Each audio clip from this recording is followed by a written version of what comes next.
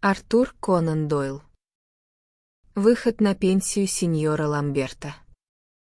Сэр Уильям Спартер был человеком, который за четверть века прошел путь от заработка в 24 шиллинга в неделю простым слесарем на верфи в Портсмуте до владельца собственного судостроительного завода и личного флота. Маленький дом на Лейк-Роуд в Ландпорте, где он, тогда еще неизвестный механик, впервые придумал конструкцию паровых котлов, теперь носящих его имя, до сих пор показывают любопытствующим. Но теперь, в возрасте 50 лет, он владел особняком в Линстер-Гарденс, загородным домом в Тапло и охотничьими угодьями в Аргайлшире. У него были лучшая конюшня, самые изысканные винные погреба и самая красивая жена в городе. Такой же неутомимый и непреклонный, как и его собственные машины, он посвятил всю свою жизнь одной единственной цели — добиться всего самого лучшего, что только может дать этот мир. Квадратоголовый, сутулый, с массивным, гладко выбритым лицом и медлительным взглядом глубоко посаженных глаз, он был самым настоящим воплощением упорства и силы. Ни разу с самого начала его карьеры ни одна публичная неудача не омрачила ее блеска.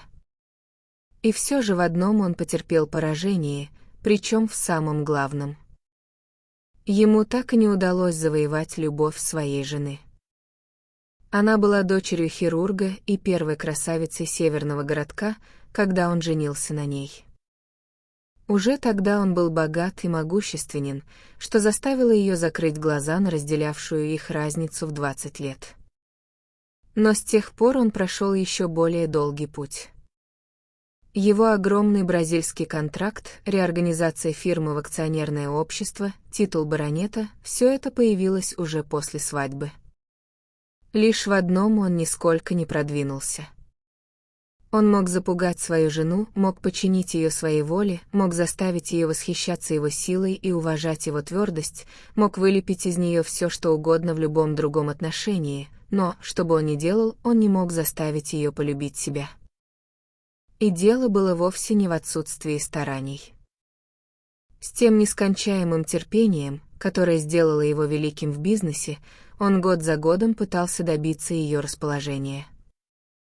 Но те самые качества, которые помогали ему в общественной жизни, делали его невыносимым в быту. Он был бестактен, черств, властен, порой почти груб и совершенно не способен придумать те мелкие проявления внимания в словах и поступках, которые женщины ценят гораздо больше, чем крупные материальные блага. Чек на 100 фунтов стерлингов, брошенный на стол во время завтрака, значит для женщины куда меньше, чем безделушка за 5 шиллингов, которая говорит о мысли и заботе со стороны дарителя. Спартер этого не понимал. Когда голова забита делами фирмы, остается мало времени для тонкости жизни, и он пытался загладить это периодической щедростью. Спустя 5 лет он обнаружил, что скорее потерял, чем приобрел в глазах супруги. И тогда от этого непривычного чувства неудачи в человеке заговорила его темная сторона, и он стал опасен. Но он стал еще опаснее, когда из-за предательства слуги к нему в руки попало письмо жены, и он понял, если к нему она холодна, то для другого у нее вполне хватает страсти. Его фирма, его броненосцы, его патенты — все было брошено, и он направил всю свою гигантскую энергию на уничтожение этого человека. За обедом в тот вечер он был холоден и молчалив, и она смутно удивлялась, что именно произошло и так изменило его. Он не произнес ни слова, пока они вместе пили кофе в гостиной. Раз или два она удивленно взглянула на него и обнаружила, что эти глубоко посаженные серые глаза устремлены на нее с новым, незнакомым ей выражением. Ее мысли были заняты другим, но постепенно молчание мужа и загадочное выражение его лица заставили ее обратить на него внимание. «Ты сегодня сам не свой, Уильям». «Что случилось?» — спросила она. «Надеюсь, тебя ничто не огорчило?» Он все еще молчал и откинулся на спинку кресла, наблюдая за ее прекрасным лицом, которое побледнело от предчувствия надвигающейся катастрофы. «Я могу что-нибудь сделать для тебя, Уильям?» «Да, ты можешь написать письмо». «Что за письмо?» «Я скажу тебе через минуту». Последний шум утих в доме, и они услышали сдержанные шаги дворецкого Питерсона и щелчок замка. Он запирал все на ночь. Сэр Уильям Спартер сидел и прислушивался какое-то время. Затем он поднялся. «Иди в мой кабинет», — сказал он. В комнате было темно, но он включил настольную лампу с зеленым абажуром, стоявшую на письменном столе. «Садись сюда, к столу», — сказал он. Он закрыл дверь и сел рядом с ней. «Я только хотел сказать тебе, Джеки, что я знаю про Ламберта».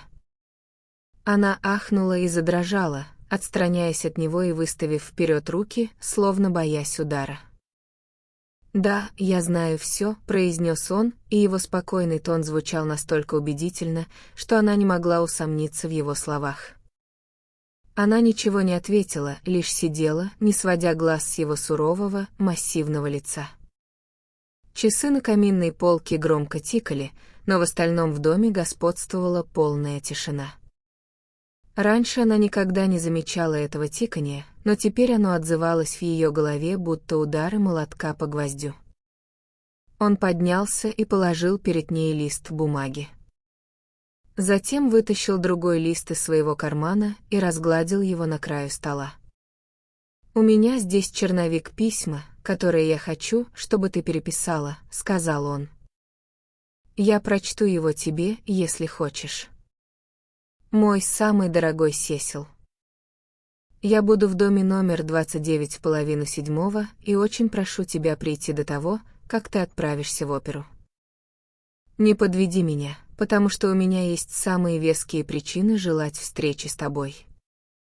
Навеки твоя, Жаклин». Возьми ручку и перепиши это письмо. Уильям, ты замыслил какую-то месть.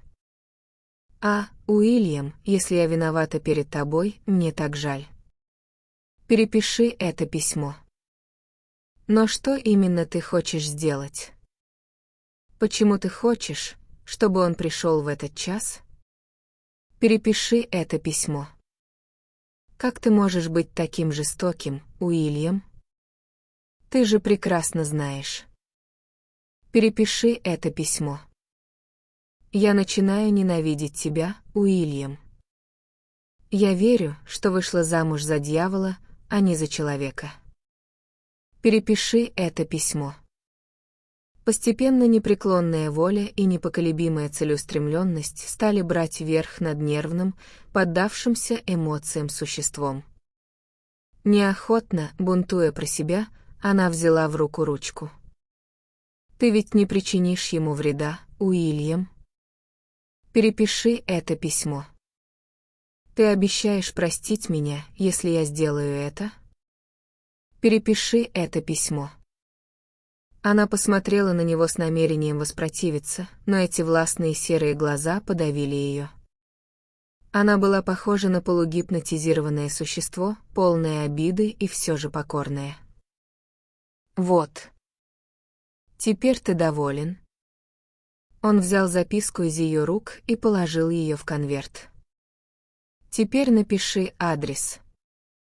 Она написала Сесилу Ламберту, Эсквайру, Хаф-Мун-стрит, дом 138-Б, Западный почтовый округ, неровным, дрожащим почерком. Ее муж очень неторопливо промокнул надпись и аккуратно положил конверт в свой бумажник. «Надеюсь, теперь ты доволен», — сказала она с слабой раздражительностью. «Вполне», — серьезно ответил он. «Можешь идти в свою комнату. Миссис Маккей получила от меня приказ спать вместе с тобой и следить за тем, чтобы ты не писала никаких писем». «Миссис Маккей, ты подвергаешь меня унижению быть под присмотром моей собственной служанки? Иди в свою комнату». если ты думаешь, что я буду подчиняться приказам экономки. Иди в свою комнату. Уильям, кто бы мог подумать в прежние дни, что ты сможешь так со мной обращаться? Если бы моя мать только могла вообразить. Он взял ее за руку и подвел к двери. «Иди в свою комнату», — повторил он, и она вышла в темный холл. Он закрыл дверь и вернулся к письменному столу. Из выдвижного ящика он достал 2 предмета, купленных им в тот день. Один был газетой, другой — книгой. Первым оказался свежий номер «Музыкального вестника», содержавший биографию и портрет знаменитого сеньора Ламберта, чей чудесный тенор был восторгом публики и отчаянием его соперников. На портрете был изображен добродушный, довольный собой молодой и красивый человек с выкоченными глазами, закрученными усами и бычьей шеей.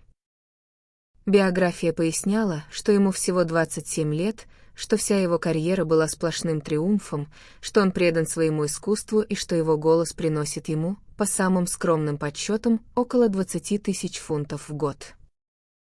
Все это сэр Уильям Спартер прочел очень внимательно, насупив свои густые брови и образовав между ними глубокую, словно шрам, складку. Так он всегда делал, когда концентрировал внимание. Затем он снова сложил газету и открыл книгу. Это был странный выбор чтения для такого человека, технический трактат об органах речи и звукоизвлечения. В нем было множество цветных иллюстраций, которым он уделил особое внимание. Большинство из них изображало внутреннюю анатомию гортани, где среди розовых черполовидных хрящей блестели серебристые голосовые связки. Далеко за полночь сэр Уильям Спартер, все так же сдвинув мужественные брови, разглядывал эти далекие от его профессии рисунки, снова и снова перечитывая пояснительный текст. Доктор Манифолд Ормонд, знаменитый специалист по горловым заболеваниям с Кавендиш-сквер, был удивлен на следующее утро, когда дворецкий внес визитную карточку сэра Уильяма Спартера в его кабинет. Он встречался с ним несколько вечерей назад за обедом у лорда Марвина, и тогда его поразило, что он редко видел человека, являвшего собой столь яркий пример грубого, пышущего здоровьем богатыря. То же самое он подумал и теперь, когда к нему вошла квадратная, коренастая фигура кораблестроителя. «Рад снова видеть вас, сэр Уильям», — сказал специалист. «Надеюсь, с вашим здоровьем все в порядке?» «Все в порядке, благодарю вас». Он сел в кресло, на которое указал доктор, и медленно, неторопливо оглядел комнату. Доктор Ормонд наблюдал за ним с некоторым любопытством, так как у гостя был вид человека, ищущего нечто, что он рассчитывал здесь увидеть. «Нет, я пришел не по поводу здоровья», — произнес он наконец. «Я пришел за информацией. Все, что в моих силах, к вашим услугам. В последнее время я немного изучал горло. Я прочел об этом книгу Макинтайра. Полагаю, ей можно доверять? Это элементарный трактат, но вполне точный в рамках своего объема. Я подумал, что у вас, скорее всего, найдется модель или что-то в этом роде». В ответ доктор откинул крышку желтого блестящего ящика на своем рабочем столе.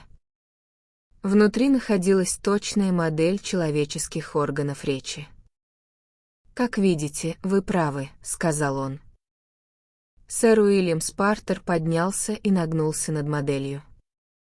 «Изящная работа», — заметил он, разглядывая ее критическим взглядом инженера. «Это голосовая щель, не так ли? А вот это надгортаник». «Совершенно верно. А вот и связки.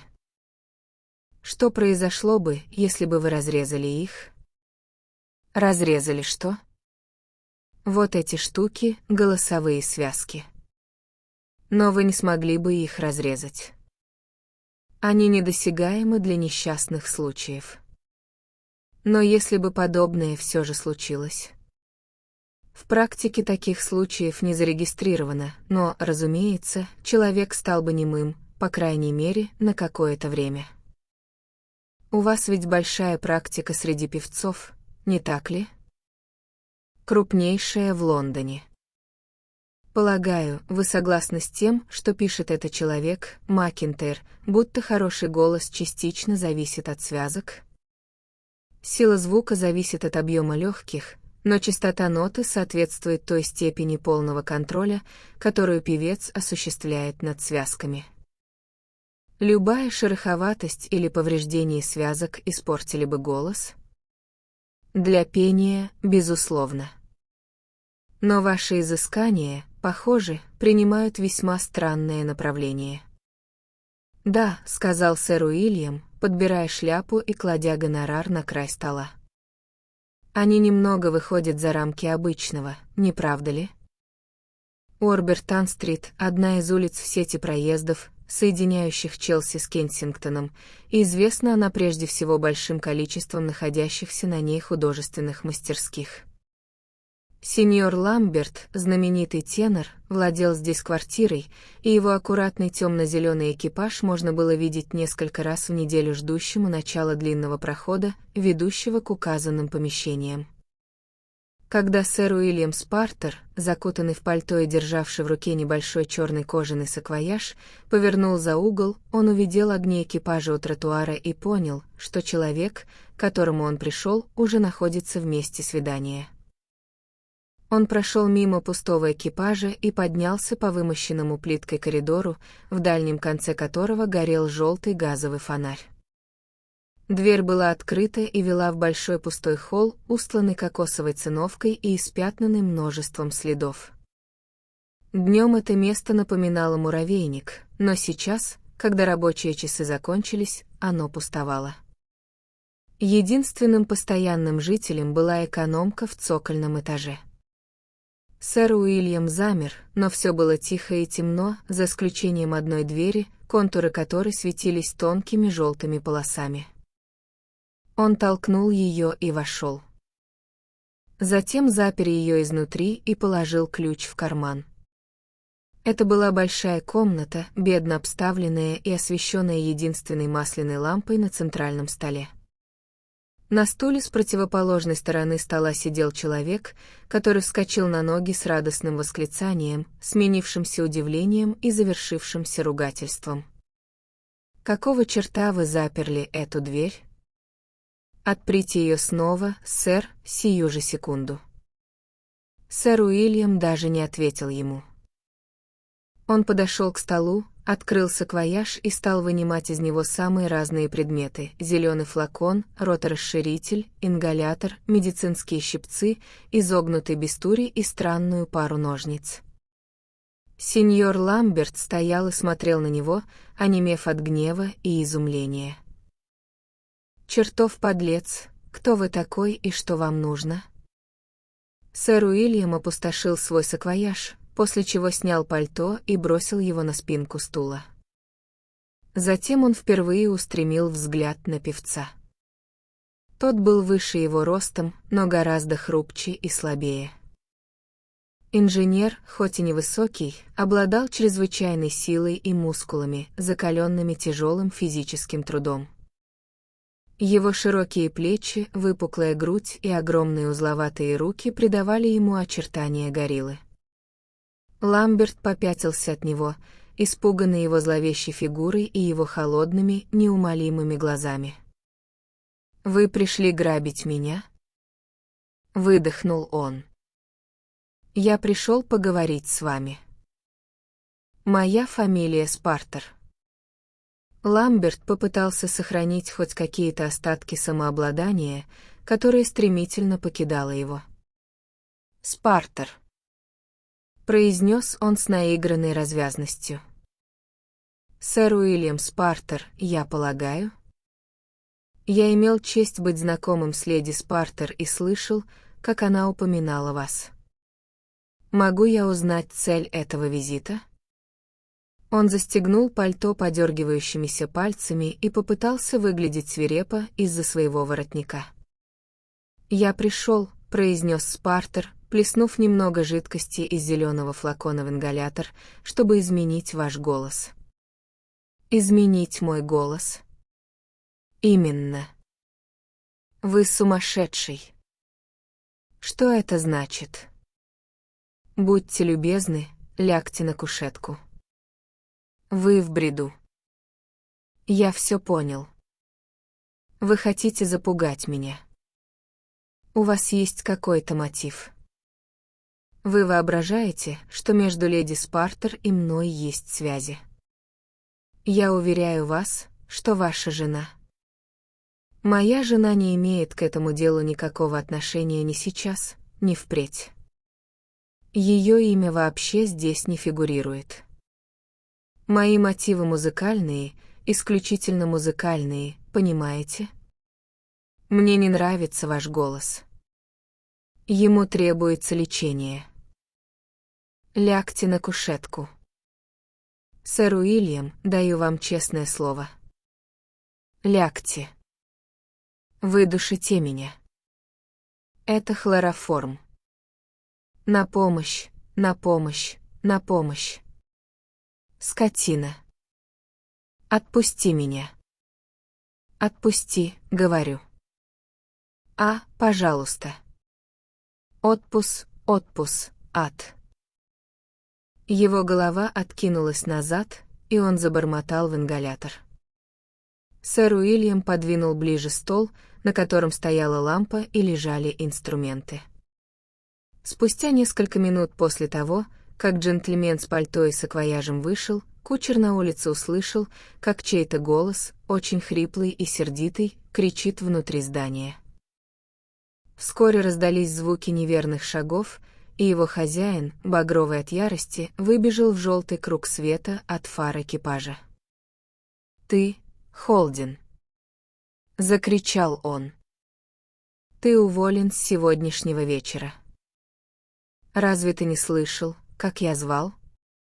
Почему ты не пришел?»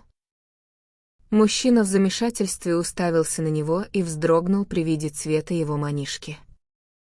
«Да, сэр, я слышал, как кто-то звал», — ответил он, — «но это были не вы, сэр. Это был голос, которого я раньше никогда не слышал». Значительное разочарование на прошлой неделе было вызвано в опере, писал один из наиболее осведомленных музыкальных критиков, тем фактом, что сеньор Сесил Ламберт не смог выступить в различных партиях, которые были анонсированы. Во вторник вечером руководство только в самый последний момент узнало о тяжелом недомогании, постигшем его, и если бы не присутствие Жана Караватти, который дублировал эту роль, спектакль пришлось бы отменить. С тех пор мы с сожалением узнаем, что приступ сеньора Ламберта оказался даже более тяжелым, чем предполагалось изначально, и представляет собой острую форму ларингита, распространившуюся на голосовые связки и вызвавшую изменения, которые могут навсегда повлиять на качество его голоса. Все любители музыки будут надеяться, что эти сообщения окажутся пессимистичными и что мы вскоре снова будем очарованы лучшим тенором, который мы слышали за многие годы на лондонской оперной сцене.